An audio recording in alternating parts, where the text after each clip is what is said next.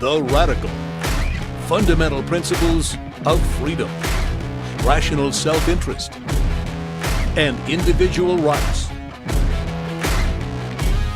This is the Yaron Brook Show.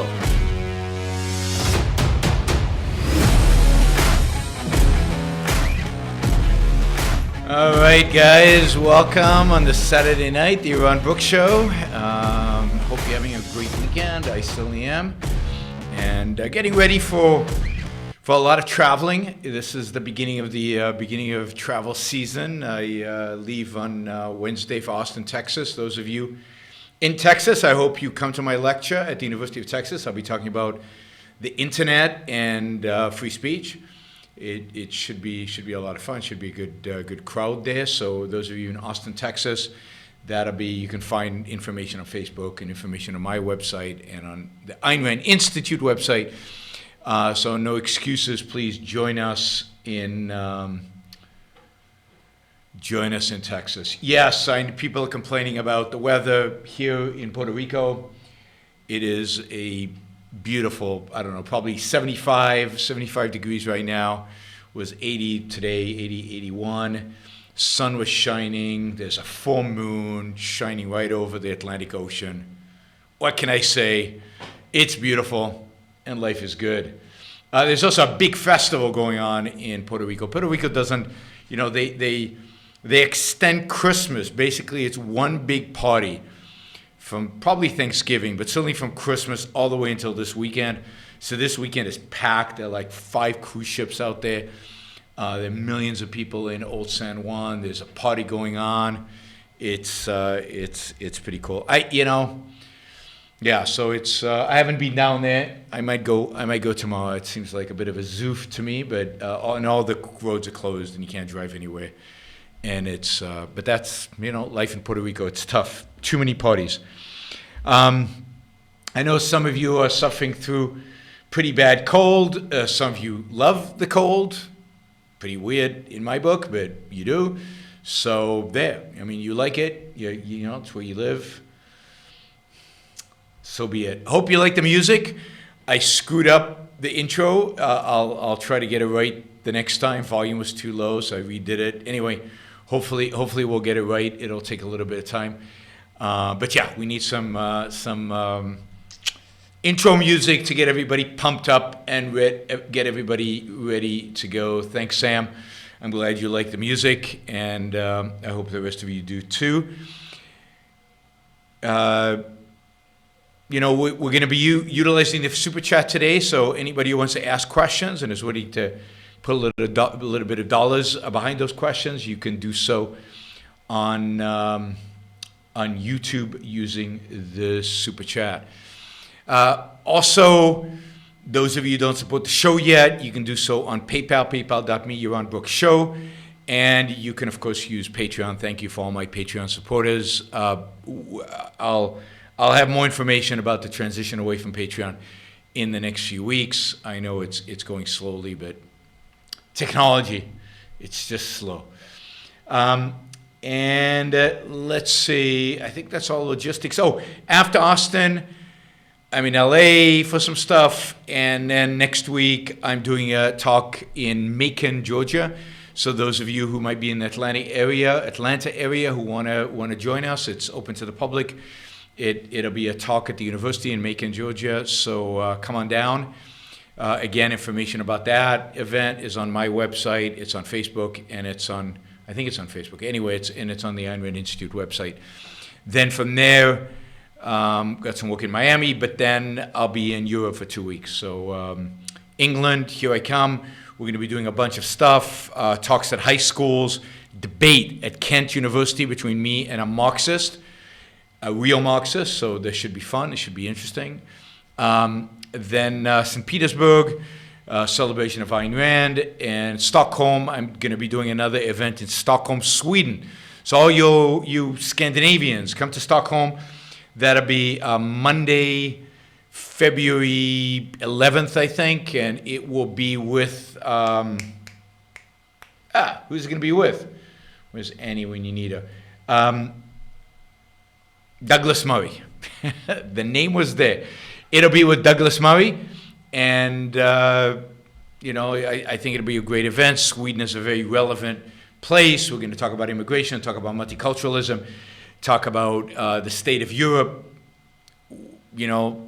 Sweden is probably the best place in the world to be talking about all that. Then back to England and a bunch of talks in the Oxford area, primarily to high schools. And then we go to Prague. I don't know, all you Europeans out there, I hope you're joining us in Prague. No excuses. Prague is easy to get to. It's relatively cheap to fly to. We're going to have a fantastic weekend. There are going to be over 300 people. We've already bigger than the venue we originally had, so we're scrambling to find a bigger venue. We're going to have 260 or plus students. We're going to have them from all over the world. They're going to come from Poland. They're coming from the Balkans. We're going to get dozens and dozens from the Balkans. We've got over 20 Israelis coming. It's going to be just a fantastic event. We're flying in speakers from the U.S. Douglas Murray's going to be there to kind of debate our objectivists. We're going to have Fleming Rose there to talk about free speech. It's just going to be a bunch of, objectivist intellectuals and some non-objectivist intellectuals, but all engaged in some phenomenal discussions. Anthony's asking if I have any plans to come to Ireland. None right now. My standard is I'm waiting for an invitation. So all you have to do is invite me.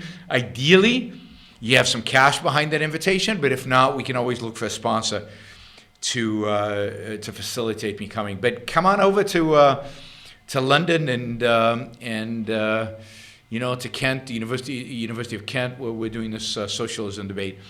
So I'd love to come to Ireland. I love Ireland. I often praise Ireland on the show. I might even bring up Ireland today. And any place in Europe, any place in, I'll be back in Europe in March, back in Israel in April. I will be back in Asia for a multi-country Asian tour in May, June. In May, June, I'll be in Tokyo in Japan. So all my Japanese followers and Ayn Rand enthusiasts in Japan will be doing a number of events in Tokyo. Then we'll be going to Hong Kong, Singapore, Shanghai. I will be talking in Shanghai, even though the situation there right now is not too friendly and it's pretty risky. I can't speak at a university. Last time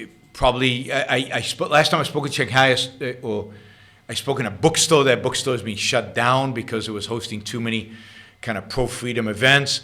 So I won't be able to speak at the bookstore. We'll have to find another venue, but I will be speaking in Shanghai in June. Then Seoul, South Korea. We'll be doing at least a couple of events in Seoul, South Korea, and then back to Mongolia, Ulaanbaatar, where I'll be doing a couple of events as part of a conference in Ulaanbaatar. So a bunch of stuff going on in Asia. So hopefully there are people out here who are interested and will be joining us over there: Singapore, Hong Kong, Seoul, Shanghai, Tokyo, and Ulaanbaatar.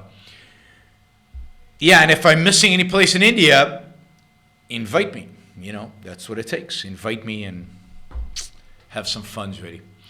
All right, I thought I'd talk today about a pretty depressing topic, and that is the progressive taxes, progressive taxation. And this, I think this comes primarily because what I want to do over the next few weeks is take issue by issue the issues that Alexandria Ocasio-Cortez is raising, the issues that the Democrats are going to make central to their platform come 2020, and just rip them to shreds and just analyze them, see what's behind them, and then give what I think is a proper argument against them, rather than the lame argument you're going to get from Republicans and from politicians. So we're going to start today with a proposal for a 70% marginal income tax rate on those earning over $10 million. But basically the idea of making the American tax system more progressive than it is. And we're going to try to give the right kind of arguments against that, the moral arguments against a progressive tax rate, and what those arguments should be. So today what I want to do is kind of analyze the history of progressive taxation in the United States, where we are today in terms of progressive taxation, how progressive is our tax system in the US, and then go to why progressive taxation is an evil idea and why making it more progressive is so immoral and wrong.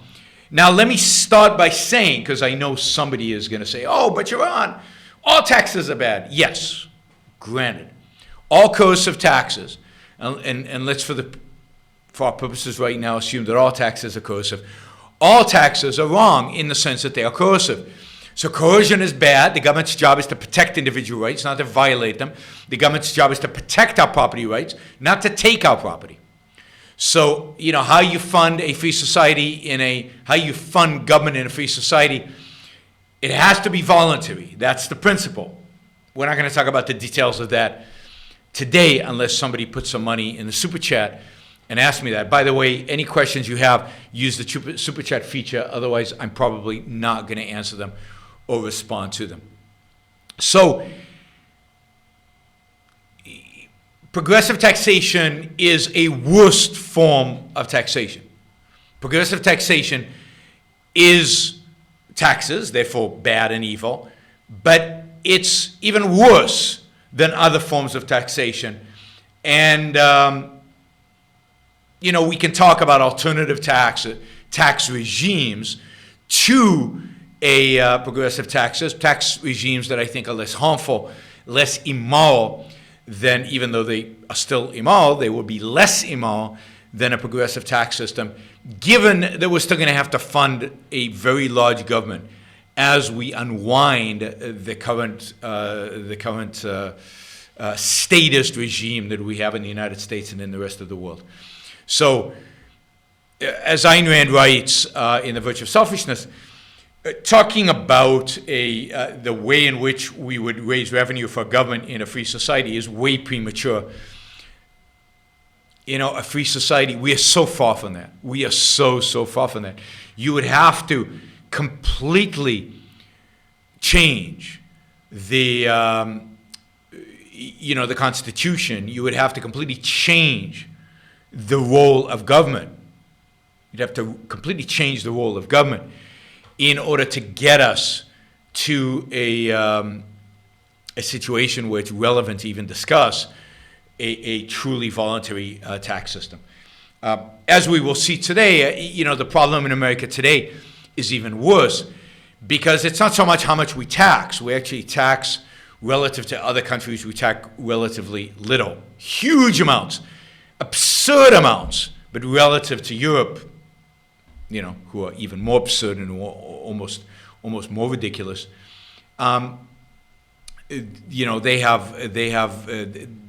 tax even more, but the difference between them and us is that they tax to cover their spending. So for the most part, European countries are not running massive deficits. So again, Sweden has a balanced budget, actually has a surplus, and many European countries, all the Scandinavian countries, have surpluses. It is only the United States that taxes little and spends a lot and runs a massive surplus, raises a massive amount of debt. We can get away with that to some extent because as long as the dollar is strong and as long as the dollar is kind of the default currency of the world, we can get away with it. But that is not sustainable. So if we want to continue spending the amount of money we're spending today, taxes in the United States are going to have to go up dramatically, even without the extra spending that AOC and the rest of the Democrats and Trump would like to engage in. So, the United States, in some respects, is worse off than many European countries because it is being much more irresponsible in the way it's managed government spending. We spend a huge amount of money. We don't spend it on the same things as Europeans do. Europeans primarily spend it on redistribution. We spend it on regulating and subsidizing and controlling and, of course, military spending and lots of other things. But our spending is out of control. Spending is very much almost aligned with Europeans, but our taxes are far lower than Europeans. Somebody asked, why isn't objectivism called individualism? Because individualism is too political. Individualism is not fundamental enough. And Ayn Rand wanted the name of philosophy to represent something more fundamental about her philosophy. At the very best, at the least, be anchored in ethics, which individualism is the bridge between ethics and politics. But she really wanted to be anchored in epistemology because she viewed epistemology as the key. The idea of reason as man's basic means of survival. Reason is our number one value. Those are the ideas that make objectivism. Individualism is a consequence of that in politics. All right. But we are going to go to, hopefully you're interested, in a little bit of the history of progressive taxation and the history of the income taxes. Now, a lot of the data that when you look at data about taxes in the US, when you look at data at taxes around the world, you have to always be careful that you're measuring, apples to apples, oranges to oranges. Because, the United States raises a lot of money relative to other countries through its income taxes. Other countries raise a lot more of their taxes through consumption taxes. Consumption taxes are regressive taxes. The poorer you are, the greater percentage of your income you pay in taxes. Income taxes, at least in the United States, are quite progressive. The United States has the most progressive tax system of all advanced economies, of all the OECD economies, because the United States raises most of its revenue, or more of its revenue, not most, I think it's 48%, from an income tax versus other forms of taxation. What makes the U.S. tax system less progressive is Social Security taxes. Social Security taxes are basically kind of flat taxes. Everybody pays the same amount. And they're actually a little regressive because after a certain amount, you stop paying Social Security taxes. So over a certain level, I think it's just over $100,000 a year, you stop paying Social Security taxes on anything above that. So you only pay Social Security taxes on the first 110. So that reduces the progressivity. So let's start though with what is progressive tax system. What is progressive taxes? Progressive taxes is the idea that you are taxed at a higher rate the more money you make. But it's not that all your money is taxed at a higher rate the more money you make. It's that the extra money beyond a certain threshold that you make is taxed at that higher rate. So let's say, I'm just going to make up some numbers. Let's say at $100,000 you're taxed at 30%. And at $101,000 you're taxed at 35%. Now, what's taxed at 35% is only the extra $1,000 that you made over 100. The 100 is taxed at the 30%. That's assumed there are only two steps. Really what happens is your first 20,000 is taxed at one rate. Your next 30,000 is taxed at another rate. Your next 50,000 is taxed at another rate. The United States today has 6 different levels of taxation, going all the way up to, I think after the Trump tax cuts, it's 37% is the highest bracket. So if you make over $250,000 in the United States, you're going to be, the money above 250 is going to be taxed at 37%. And the reason it's done that way is because imagine that once you hit 101, all of your wealth was taxed at 5% more. Then there's no incentive to make more money. There's an incentive always to make less money because basically you're being wiped out. You're going to pay much more taxes than the added wealth, the added income that you're going to receive. You're going to be taxed at, instead of 35, 40% on the whole 101. So the way what progressive taxation does in order to provide you, this is part of what makes it evil, in order to provide you with an incentive to keep on working, not to stop, because you're still keeping more money, is that it's only taxing more of the 35%, the higher tax rate, on the extra 1,000 that you make, or the extra 100,000 you make, however much more you make. So at every level, it's only the money above that level that gets taxed at the new higher tax rate. And of course, this jacks up higher and higher and higher. And one of the proposals that AOC has made is that people above income of $10 million, and I don't think she's run the numbers or figured out how much, numbers are not a strong suit. We already figured that out, but I don't think she's run her numbers. But the idea is that anybody over $10 million, on the money above $10 million, will get taxed at 70% on that money. And below that, there are going to be additional graduations. So 37% maybe goes all the way up to $1 million. From $1 million to $5 million, maybe you'll get 45%. From 5 to 10, you'll get 60%, and then 70% from over 10. I mean, something like that is what she is proposing and what the Democrats, or some Democrats, are proposing. I think this is very much the progressive wing, the left wing of the Democratic Party proposing this, but that is the wing that's interesting. That is the wing that's passionate. That is the wing that's gaining traction among voters. It's not the mealy-mouthed centrist Democrats who, in the pocket of corporate pressure groups that the public is excited about. The public seems to be excited about, particularly young people excited about Bernie Sanders, AOC, Elizabeth Warren, and the people who would like to raise that marginal income tax rate, that top bracket, significantly higher than what it is right now. So that's what a progressive income tax does. It taxes you more the more you make. The marginal dollar that you make is going to be taxed higher. Every additional marginal dollar gets taxed higher and higher. Now, it used to be that the United States had no income tax and no progressive taxes. It used to be that the United States government raised all its revenue basically from different types of consumption taxes. Originally, you could think of them as some forms of sin taxes. Alcohol was always taxed in the United States. Also tariffs. Throughout the 19th century, the United States raised a lot of revenue from tariffs rather than from consumption taxes on regular consumption.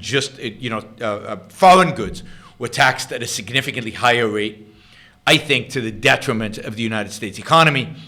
And I think it slowed, even though economic growth was very fast during the 19th century. Economic growth would have been faster, and innovation would have been greater. Progress and technology would have been more substantial if the United States had not had a tariff and just had a uniform, flat consumption tax across the board, which is, at the end of the day, what the Founding Fathers really wanted, right? In the Constitution, it actually says that all duties, imposts, and excises shall be uniform throughout the United States.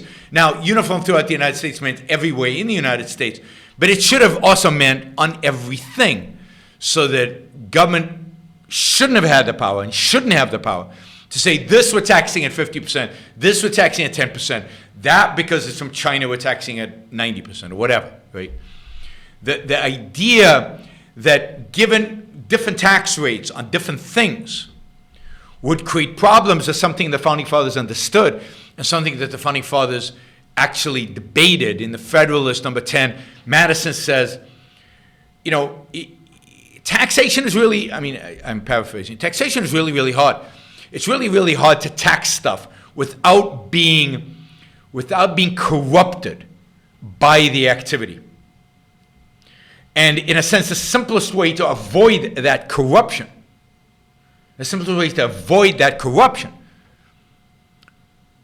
is not to have differential tax rates. He says, quote him, no legislative act in which greater opportunity and temptation are given to a predominant party to trample on the rules of justice. So during most of the 19th century, taxes were very low. Government never spent more than, it spent around 3% of GDP, usually below that. Today, just in comparison, government spending is over 20% of GDP. if you take into account all government, state, local, federal, government spending today in the 19th century never went over 5% other than the Civil War. And, in America today, it's well over 30%. I think it's 33 to 35%. In Europe, it's around 40%. So government spending in the United States is greater than a third of all GDP. Taxes only 26%, but spending well over 30%. So that's where you get the debt. Across all government, you get a massive amount of debt, between the gap between how much we spend and how much we tax. The only period in which the 19th century there was an income tax introduced was during the Civil War, to fund the war. And this is a theme. Taxes are always raised, not just in America, but throughout the world. Taxes have always been raised and implemented in order to fund wars. What did governments do? Before governments got into the business of managing the economy, before governments got into the business of managing our day-to-day lives and telling us how and what to do, what did government do? Well, most of what governments did, going back hundreds of years, was go to war. Not defensive war, but all kinds of wars. And war was also the most expensive activity the government engaged in. So most tax regimes were invented. Most tax regimes, most tax methodologies were created in order basically to fund wars. And if you look at Britain, the other great capitalist economy of the late 18th century and 19th century, taxes, income taxes they implemented to fund wars, then they're eliminated. Then they implemented to fund more wars, then they're eliminated. Taxes are raised to fund wars, and then they're reduced, but never back to normal. Then, of course, ultimately, because there's always some kind of crisis somewhere, some kind of war to be fought, income tax has become a permanent feature in Western countries. Now, if you look at the United States, in the Civil War, we had a progressive tax, but even during the Civil War and the progressive tax, even just during this time of emergency, the tax had a maximum rate of 10%. And it was repealed in 1872. And then another attempt to pass an income tax was made in 1894, and the Supreme Court ruled that it was unconstitutional. Unconstitutional. So in 1913, led by the progressives, but supported by Republicans, by Teddy Roosevelt, who was a progressive Republican, there was a constitutional amendment made, an amendment to the Constitution, that basically allowed for an income tax, basically allowed for unlimited income tax. It has no restrictions on the kind of tax, on the rate of taxation, on the level of taxation, and on how progressive it could be. So in 1913, we got the modern American progressive income tax. Now, originally, Congress set the top rate of the income tax at, anybody know what the top rate of income tax was in 1913? For incomes over $4,000, which would be equivalent to $80,000 today. For income over $80,000, what did they set the tax rate? It was 7%. Most Americans didn't pay any taxes. Everybody else paid somewhere between 2 to 7%.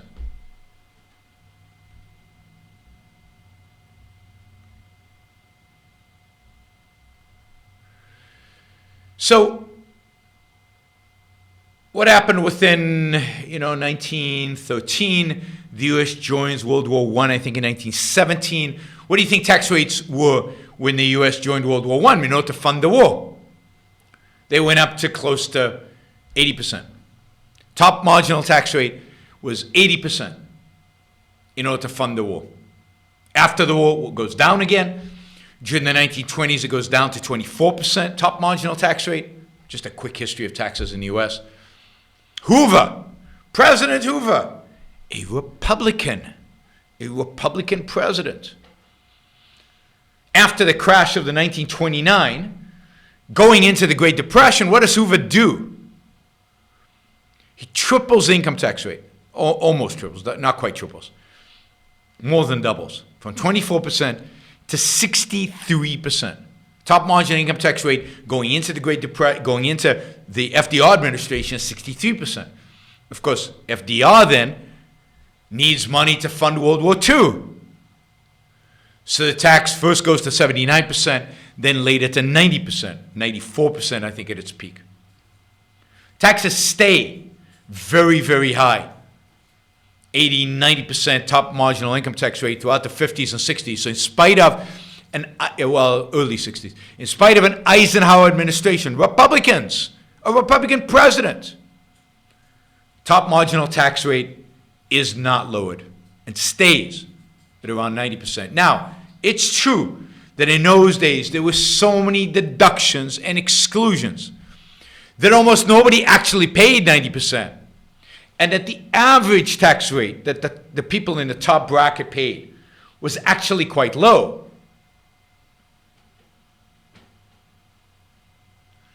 The top rate, the top marginal rate, this is the era where you start having to fund, to hire high-priced tax attorneys and tax accountants to figure out how to get that 90% tax rate down and how to get it so that you're not paying 90% of your additional income, of your marginal income down.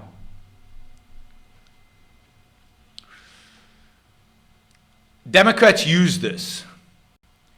You hear this all the time. I hear this in debates all the time. Hey, Yaron, during the 1940s, 50s, and early 60s, marginal income tax rates were in the 80, 90%. And yet the economy grew so fast. The middle class was created. People had jobs. Unemployment was low. This was a great era in American history. Inequality was low. Because people couldn't accumulate vast wealth because that wealth was taxed at 80, 90%. And they go, see, there's absolutely no economic reason we cannot have. And these are the economists whispering in AOC's ear. These are the economists advising the Democratic Party. There's absolutely no reason, they tell us, that we can't have 80, 90% tax rates again. Because the economy grew great in the 50s, and it can grow great again if only we tax the wealthy. And there are significant numbers of economists, non-trivial, who believe this. I've debated James Galbraith from the University of Texas, the son of Kenneth Galbraith, who believes this. And there are many, many, many others. I think Stiglitz, I think Krugman, I think many others, Nobel Prize winning economists who believe that you can raise taxes to 80, 90%. And look, we've got this historical example. Now, they ignore. Yeah, somebody says, make taxes great again. I like that. They ignore the fact that the 1950s were a very unique period. The rest of the world had been blown up. There was destruction everywhere. American expertise, American know-how, American capital was being deployed everywhere in the world. American companies had no competition. Other countries were vastly poorer than the United States. Our industries were needed for the reconstruction. And our economy grew very, very fast during a period of emergency in order to rebuild the world. But those same economic policies ultimately led to the inflation of the 1970s, to stagflation, to high unemployment, to destruction of American capital, destruction of American competitiveness. Japan and Germany kicked our butts in the late 1960s and 1970s. We couldn't make anything in the United States that was competitive, or very little. I exaggerate. And that is a direct consequence of the lack of investment, the lack of capital, and the disincentives created by that tax system, the tax system that they praise. So from a purely economic perspective, a high marginal tax rate is a disaster. And European countries understand this. That's why, with some exceptions, they don't have high marginal tax rates. Again, they get most of their revenue from consumption taxes. They get from a VAT tax, value-added tax, which is basically a consumption tax, a perversion of a consumption tax, but a consumption tax.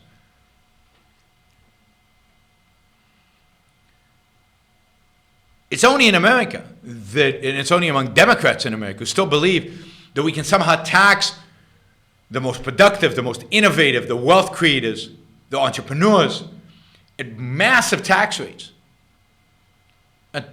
And that the economy will do well, that the economy will progress, and the economy. We haven't got to the moral argument. We'll get to that. I mean, that is just bizarre and ignorant. Bizarre and ignorant just of the principles of economics. The other thing that the left does not understand, and when I say the left, I mean the left and the right, because the right is not much better, marginally better, but not much better. They don't understand where capital comes from, where innovation comes from. This is a real belief out there that real innovation comes from government. You know, there's the stories and the books written about this, that look, the internet was invented by the government. Look at Apollo. We landed a man on the moon, and that created all these technologies that have benefited, that we have benefited from. And without those technologies, we would not be as rich as we are today.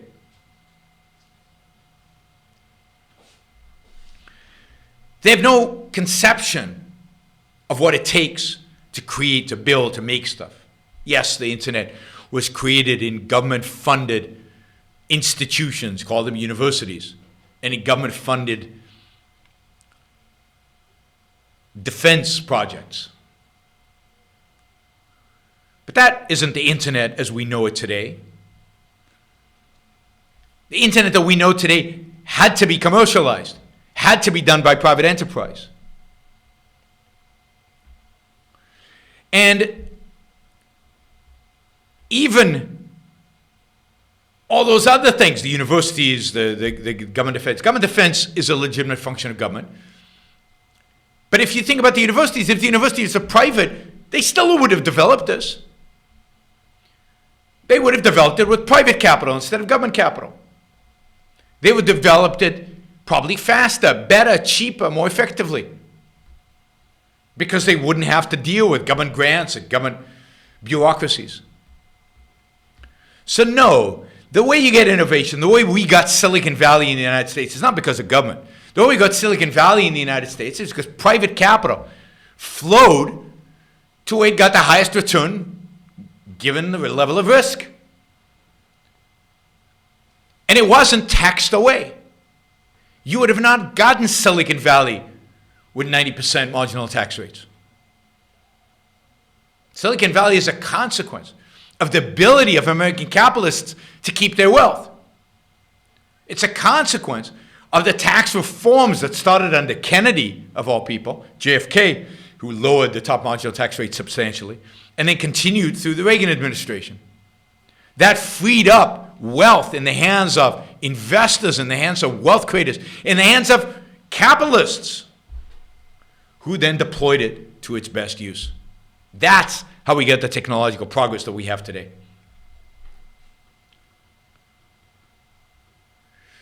So James is asking a question I don't really understand. Where did all the money go that caused the banks' bankruptcies? I guess I'm not sure what you mean. Where did all the money go that bailed out the banks? Where did all the money go? I mean, you mean the money that the Fed printed before the banks were bankrupt? I mean, it's all baked into the economy. It's all out there. It's all in prices. It's all gone to inflation, and it's in asset prices. So the money is there. The money that, in a sense, was created by the Federal Reserve in the 2000s that led to the behavior and led to the housing bubble is in the market right now. It's just allocated better, I'd say, more efficiently, or was, than it was during the 2000s, where it all went into housing. It's not obvious where it is all right now. Maybe in government bonds, maybe somewhere else. It's hard to tell. Is there a difference between a so-called fair tax and a VAT? I think so. I think a so-called fair tax is just a straight consumption tax. A VAT is a tax on every stage of production. So every time there's a transaction between any stage in the manufacturing, in the supply chain, it gets taxed. Whereas a fair tax taxes only at the final point of sale, which I think is much, much better, because a VAT is a hidden tax. When you buy a product in Europe, you don't have a sense of how much of that product is taxes, because the VAT is baked into the price. When you buy something in the US, it actually has a line. This is what the product costs. This is the sale tax. This is your total cost. So you know the tax. A fair tax would be a tax like that, where you know exactly what it was. And I think that's much better. I think hidden taxes are the worst taxes, because it means that we, the consumers, we, the electorate, can't monitor what the politicians are actually doing to us, can't monitor the damage they're actually creating for us. Why did the Japanese economy God, you guys are shifting me away from my topic. Right? Why did the Japanese economy plummet in the last couple of decades? Could the same happen in China? Japanese economy plummeted in 1991 because of the same reason we got the Great Recession. The Japanese central bank had been printing money like crazy for at least a decade. There were massive bubbles in the economy, from real estate to, given the amount of money, it all went into financial assets, real estate assets. And when those collapsed, the Bank of Japan didn't know what to do. And basically, when those collapsed, all their money just disappeared from the Japanese economy. And since then, the Japanese economy has struggled with massive amounts of regulations, controls, inefficiencies, labor regulations that made it almost impossible to fire people, and then a mismanaged central bank, a central bank that does not, as all central banks are mismanaged. The Japanese central bank has been particularly badly mismanaged over the decades. But it's basically the Japanese economy has suffered from the rigidity of regulation. Now, could the same thing happen in China? In some sense, it's already happening in China. You're seeing the Chinese economy slow dramatically. And I think it's slowing because of the amount of debt that the Chinese took on post-financial crisis, in a sense, the amount of money they printed to stimulate the economy. And the inefficiencies and the lack of productivity that has created that. And on the regulatory side, you're seeing the same thing. You're seeing the inefficiencies, the slowness, the inability to adapt that the state-run enterprises in China have. And that's where you're getting the real struggle in the Chinese economy, is in the state-run segment. On the other hand, in the non-state-run segment of the Chinese economy, that portion of the Chinese economy is freer than the Japanese economy ever was. It's actually freer in some regards than the US economy is today. So if you segment the Chinese economy into that segment that is left alone, that segment that is not state-owned, that is not heavily regulated, heavily controlled, then that segment of the economy suffers primarily because of Chinese monetary policy and uncertainty about interest rates and the value of the yuan and the bubbles and where's the bubble happening. But it's the state-run segment of the economy, it's the government policy that is crippling the Chinese economy right now. So we're already seeing the Chinese economy struggle significantly. I expect the Chinese economy to continue to struggle significantly as long as it doesn't, start liberalizing again. So from 1978 until about 5 years ago, or really until the financial crisis, maybe 10 years ago, the Chinese economy was liberalizing. It was freeing itself up. It was, eradicating regulations, getting rid of controls, and encouraging the free, the segment of the economy that was basically free market, and shrinking that part of the economy that was state-run. That has reversed itself over the last 10 years, and certainly over the last 4 to 5 years with this current president. And as a consequence, you're seeing a massive slowdown in the Chinese economy that could get worse, much worse, before it gets better. And again, it's reversible if they do the right policies, but it looks like they're moving towards more authoritarianism, not less authoritarianism.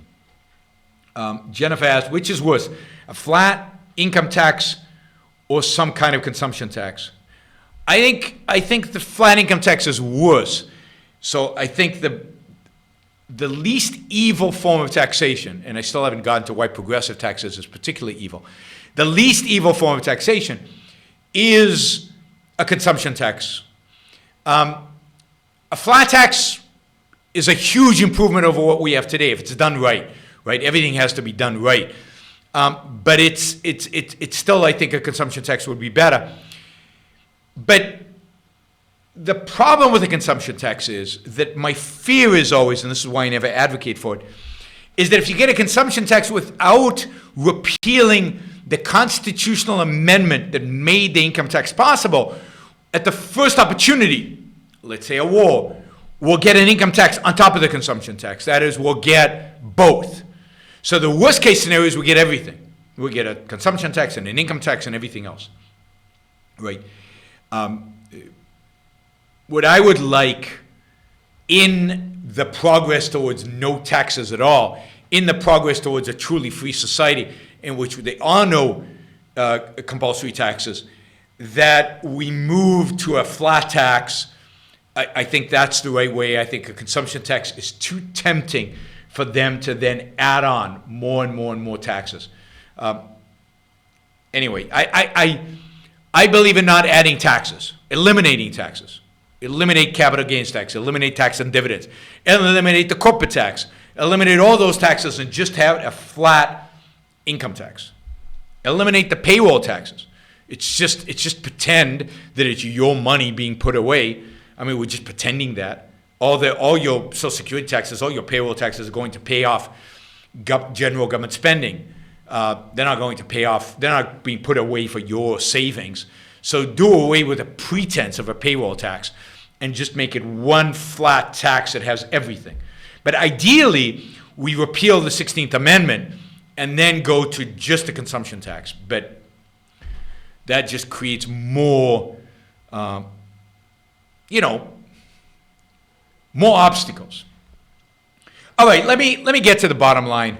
So economically, a progressive tax is stupid, it's destructive, it penalizes work, it penalizes wealth creation, it penalizes saving, it penalizes capital accumulation. And in the long run, economic growth is driven by capital accumulation in an unregulated environment. So capital then is allowed to flow to its most productive uses.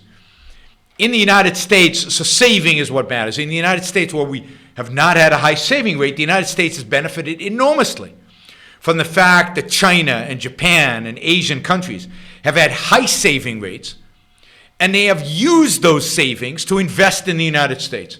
So if you look at capital flows, capital has flown into the United States for decades and decades. And so we have benefited from the fact that as we age, Asia has been relatively young, young people save, old people consume. So young Asia has basically invested in America and allowed for that capital growth. So in spite of our relatively high marginal income tax rates, progressive taxes, we still had economic growth because the rest of the world accumulated capital, was producing wealth and investing that wealth in the United States. It's still the most attractive place in the world to be investing. And one of the reasons I always say that these trade deficits, it's stupid to think about trade deficits, it's stupid to worry about trade deficits, is a trade deficit is just a reflection of the fact. It's just a reflection of the fact that the Chinese have been accumulating capital and want to invest it into the U.S. And the way for them to get their hands on dollars so they can invest it in the U.S., the easiest way is to sell us stuff. And so the trade deficit is just a mirror image of the common accounts of the fact that Chinese and Japanese and Europeans investing the money they get from selling us stuff back into the United States. And what motivates it is basically their interest, their willingness, their incentive to invest in the United States. Right? So, that sustains economic growth. I just wanted to make one more economic point on the progressive taxation. And this is just an interesting point that I think people don't know this, but the United States has the most progressive tax system in the world because we rely so heavily on income tax and a progressive tax rate. So OECD countries, because they rely more on a consumption tax and a VAT, have a far less progressive tax rate. We penalize wealth. We penalize capital accumulation. We penalize making a lot of money much more than Europeans do, or at least most Europeans. Or Denmark has a higher taxes than we do. And that's just, I find that just interesting, right? Because you'd think that those evil socialist Europeans, they hate wealthy people. They're taxing wealthy people to death. And yet, it is the United States that has the most progressive. I have some stats here that are just astounding. The top 1% pays almost 40% of all the taxes, at least of all total income taxes. It gets more complicated once you add in payroll taxes, but in income taxes, the top 1% pays 40%. 40%. Let's see, I had some other graphs here. This is interesting. In the United States, the top 10% of earners earn 33.5% of all wages in the United States. So the top 10% get a third of all the earnings, but they pay 45% of all the taxes, of all the income taxes. 45% by the top 10%. Right? In Sweden, the top 10% make 26% of all the wages. So they make less, 33 to 26, 33 in the US, 26 in Sweden. But they pay only 26% of the taxes. So they make 26% of the wages, they pay 26% of the taxes. In the US, this is, they make 33%, but they pay 45%. So it's interesting how our perspectives on these other countries, when it comes to taxes, the United States is much worse. Much worse. Now, not all countries are like this. Much worse if you're a high earner. Now, what else happens in the U.S. is that about 50% of Americans don't pay any income taxes. And this is Republicans doing. This is what happens every time Republicans cut taxes. This happened under Reagan. This happened under Bush. Is they cut the top marginal income tax rate. And in order to appease the masses, they say, okay, if you don't earn below $20,000 or below some number, you don't pay any taxes. It is Republicans that have driven the tax rate of 50% of Americans to zero, so that the burden of all taxes falls on the wealthiest, on those who make the most money.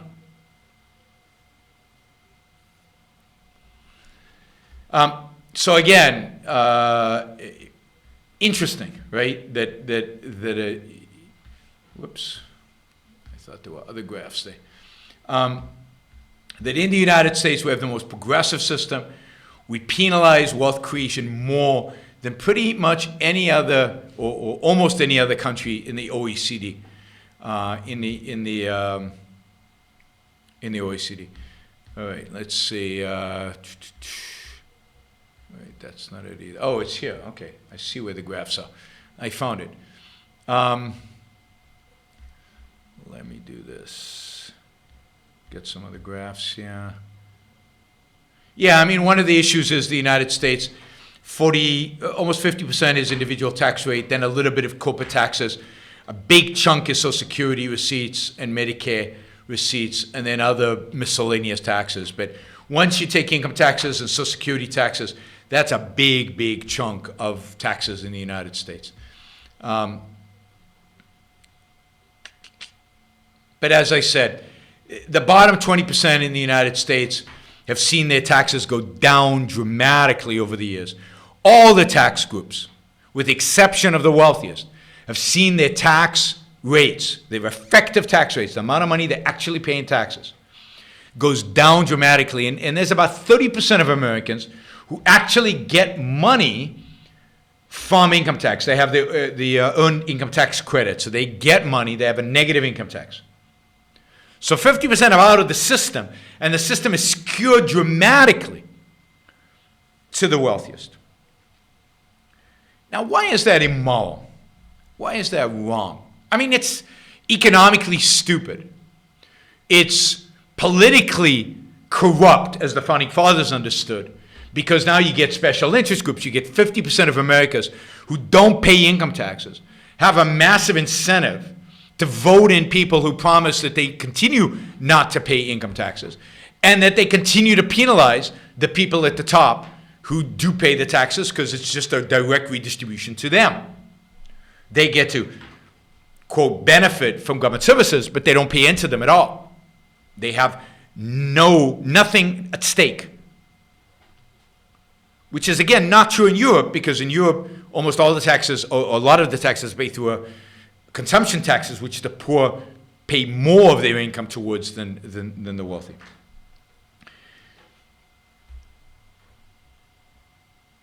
So, I was looking at this, that's that. So it makes no economic sense, it makes no political sense. The politics of it creates special interest groups. And of course, taxes are not just, the progressive tax system is not just used in terms of penalizing the wealthy, but it's also used to manipulate our behavior. So the progressive income tax system also has lots of exclusions, lots of deductions, lots of get out of jail free cards, lots of ways in order to not to pay the full amount. Now, this is an incredibly powerful tool in the hands of politicians, because now people lobby them, pressure groups come to them, begging and asking for favors, which of course the politician can grant or not grant based on how many votes they bring him, based on how much they bribe him, based on what benefits they accrue from granting those favors. So it creates a world of all against all. It creates a world of pressure groups. This world of pressure groups is a direct consequence of this kind of tax system. And one of the reasons cronyism and lobbying is much worse in the United States is because of this kind of tax system that creates all these loopholes and goodies. And then, of course, on top of that, you can subsidize, you can give freebies, you can do all kinds of things. You can exclude things from taxes. Look at what Trump is doing right now in order to so-called mitigate the effects of the tariffs for certain groups who vote for Trump. He gives them all kinds of breaks in order to do that. Now,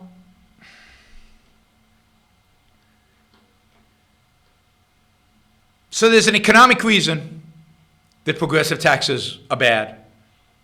There is a political reason why progressive are bad. But I think fundamentally the real reason progressive taxes are bad is a moral reason. It's not your money. It's unjust.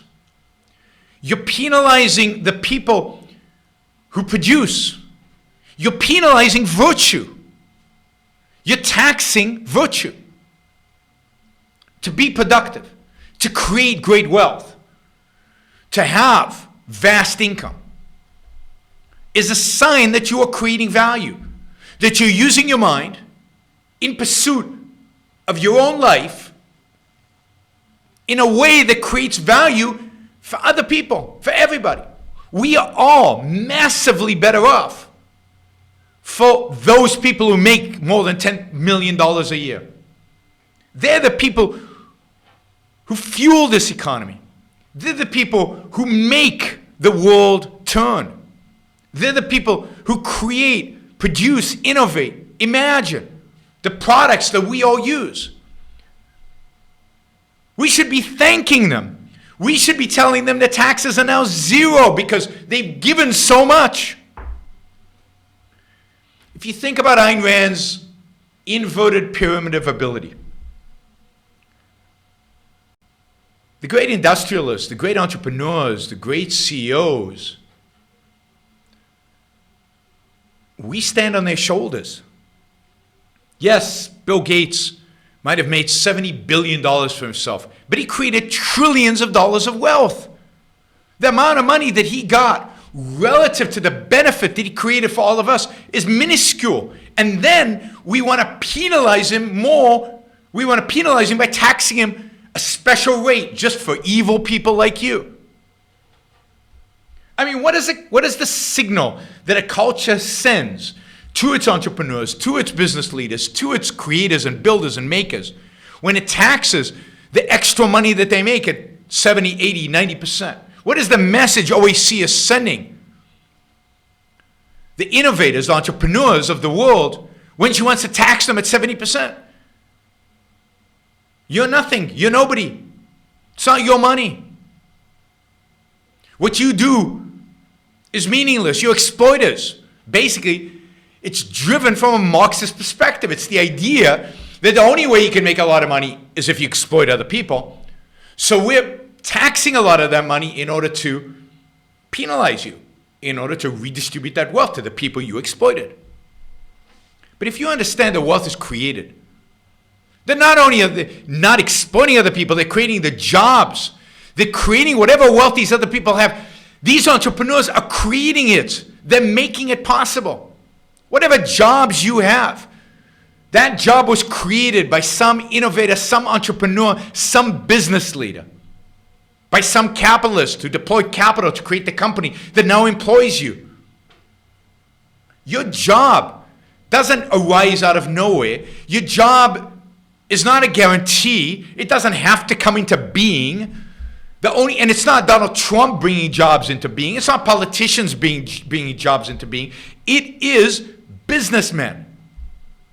And then we want to send a message. We hate you. You don't deserve this.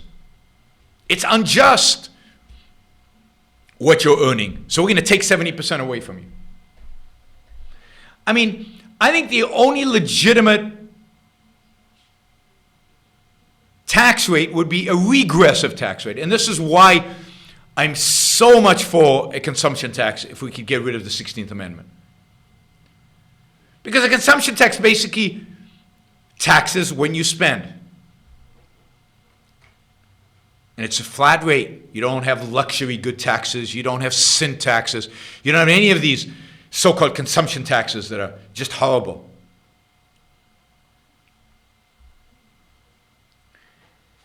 And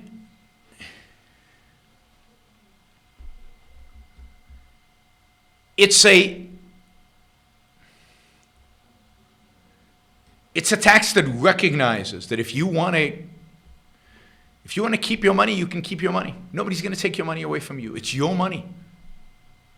Now, again, even a consumption tax is wrong. Even a consumption tax is evil because it's still using coercion to take money away from you. Every time you buy something, the government takes a bite. That's wrong anymore. But it's not quite as wrong as if you earn an extra dollar, if you create an extra value, if you create an extra job, if you make something additional, if you build something new, if you innovate, real innovation, if you make a profit. No, profit is virtue. Profits are virtuous. Profits are signs of virtue, signs of value creation. And to tax them is wrong. To tax your income, to tax your work, to tax your effort, to tax your thinking, to tax your mind is wrong. All income taxes should be scrapped. But if you had to have them, make them flat and make everybody pay. Everybody. You make $10,000 a year, whatever the flat tax rate is, hopefully it's 10%, 5%.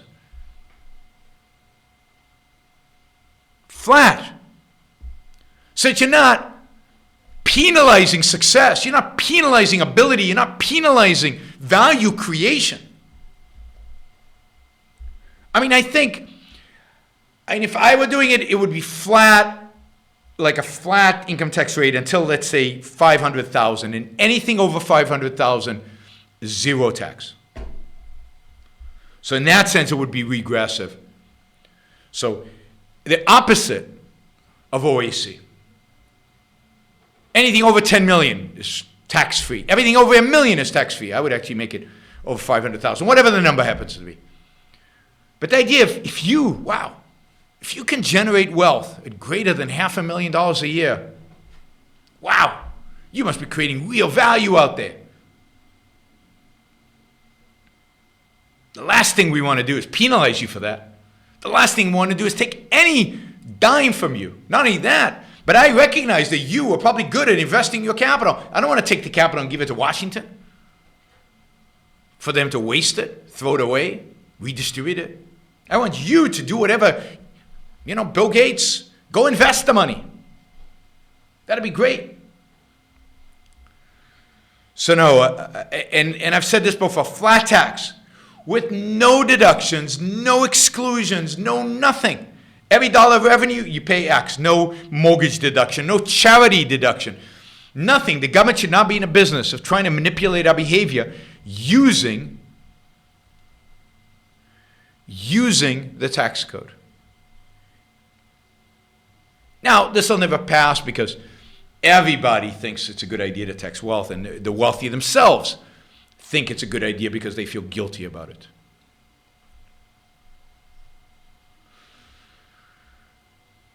All right, so the evil of the taxes is coercion.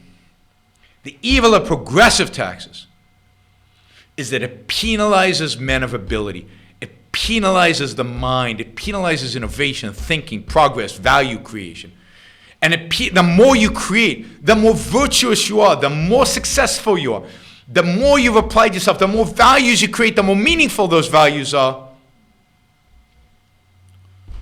the more we penalize you. There's just viciousness in that scheme. Progressive taxes are vicious. Hatred of the good for being the good. They're driven by envy. And they're accepted by the rich because of guilt. Kyle asks, is there an epidemic implication in American versus European attitudes towards wealth, D1 versus M1? I don't think it's D1 versus M1. I mean, there is an attitude, and partially Europeans' attitude towards wealth is that they're much more Marxist in the sense you didn't build it, it's not really yours. Even though the taxes don't reflect this, which is interesting, the politics are different. But I think partially because just there are more people who understand the consequences. But I think it has to do with the history. So Europe comes from historically from an era of classes, of aristocracy. An aristocracy that basically got its wealth by stealing it, by exploiting other people, by doing what Marx, by what really happened during pre-industrial revolution, pre-capitalism, feudalism. Feudalism is actual exploitation. So the rich got rich through exploitation. So there is implicit in European culture this distrust of wealth, which I think has rational roots, but should have been scrapped a long time ago. What happened is that Marx brought that feudal mentality, that mentality of the aristocrat. The aristocrat exploits the peasants and makes money off of them, to capitalism, and replaced the aristocrat with the capitalist and the peasants with the workers, and try to imply that there was the same logic when the logic is not the same at all. And it caught on in Europe because Europeans were conditioned by feudalism to think of wealth in this way.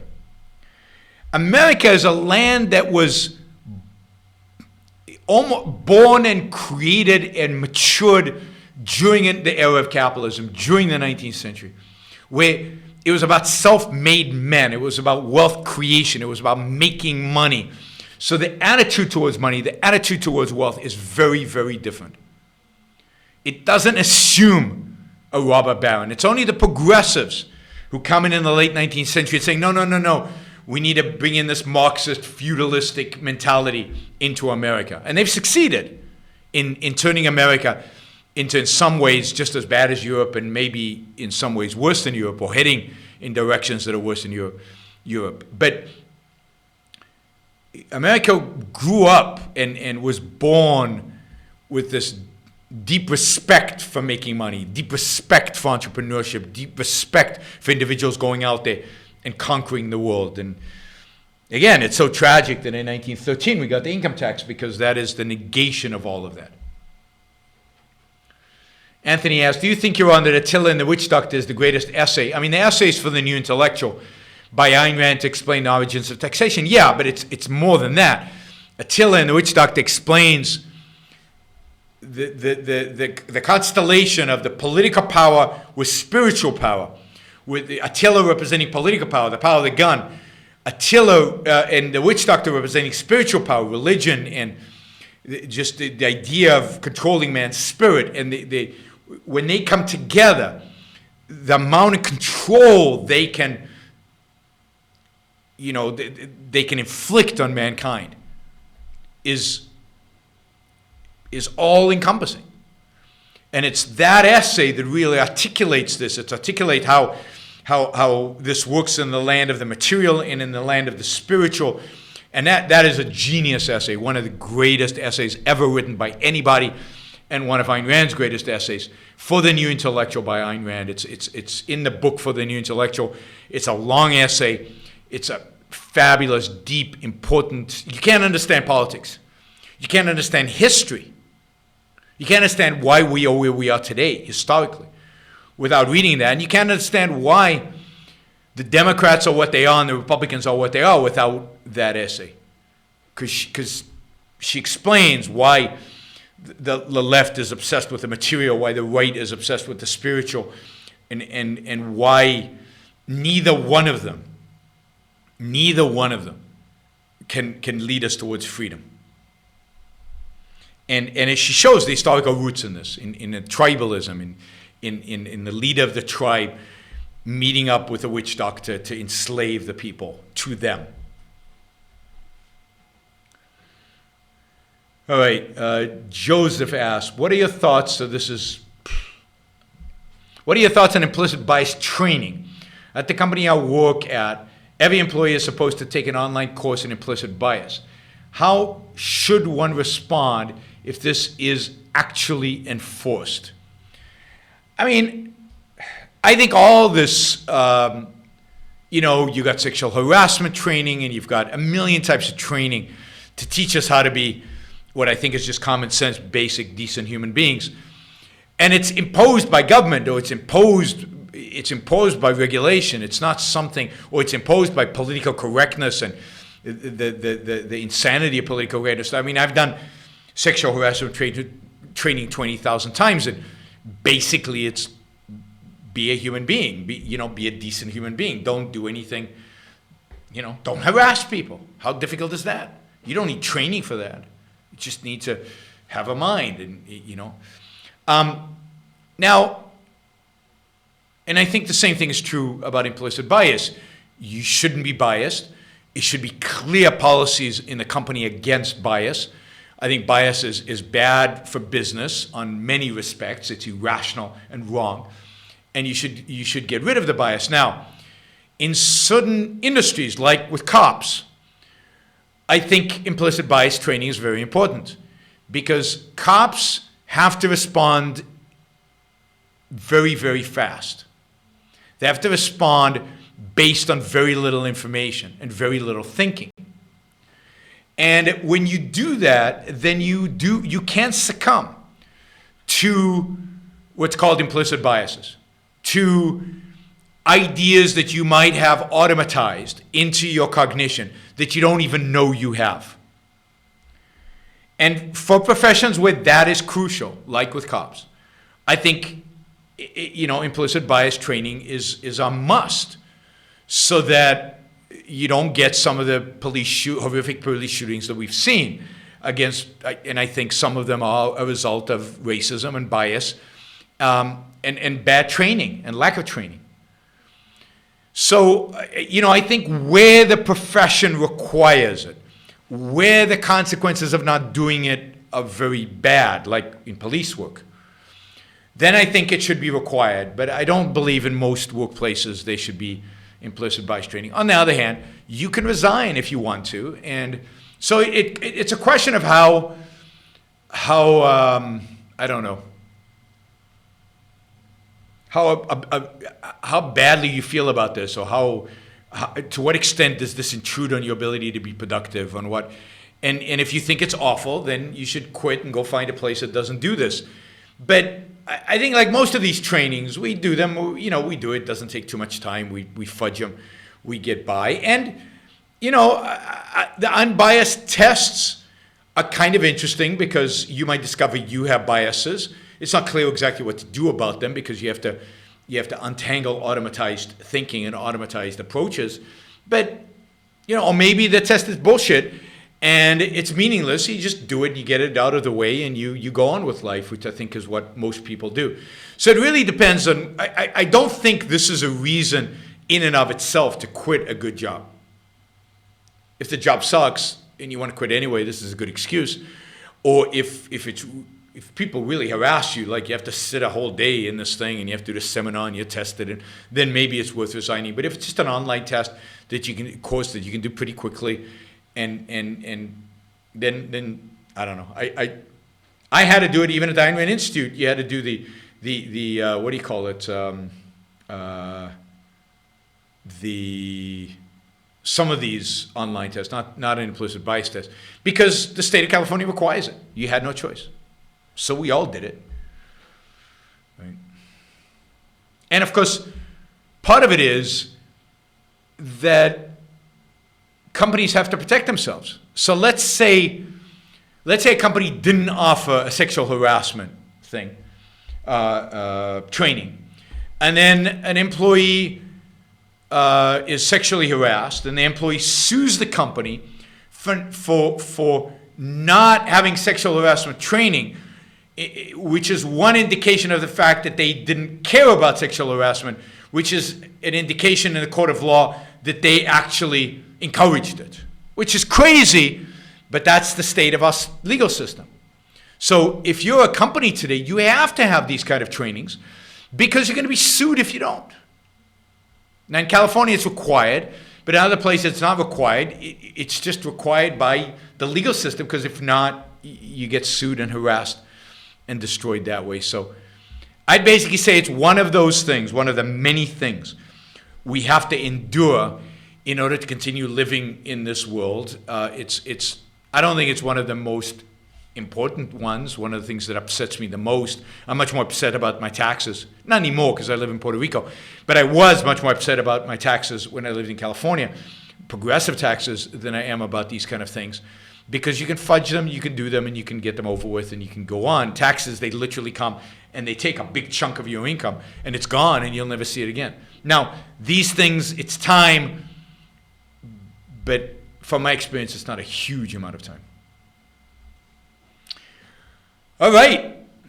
I think I'm done on progressive taxes. Evil progressive taxes. Really, really bad. Anti-wealth creators. The man of ability. Anti-value creation. All right. I'll just remind you all to, and we're out of Super Chat questions, remind me to like the show, subscribe, share. As I've told you before, you'll see a lot of short videos coming out, and share those short videos. I know it's much easier to share a short video than it is to share one of these long hour-and-a-half rants. But and I'm sure there'll be some short videos coming out from this hour and 20-minute program. But I hope you enjoyed it. I'll be doing a show tomorrow, Sunday. I'm not sure exactly what time, but I will be back on tomorrow. And then on Monday, I'm interviewing Gina Gorlin. I know a lot of you really, really, really enjoyed Gina Gorlin's interview last time. I'm looking forward to it. I think it's going to be a blast. So I hope you join me on Monday for Gina Gorlin's interview.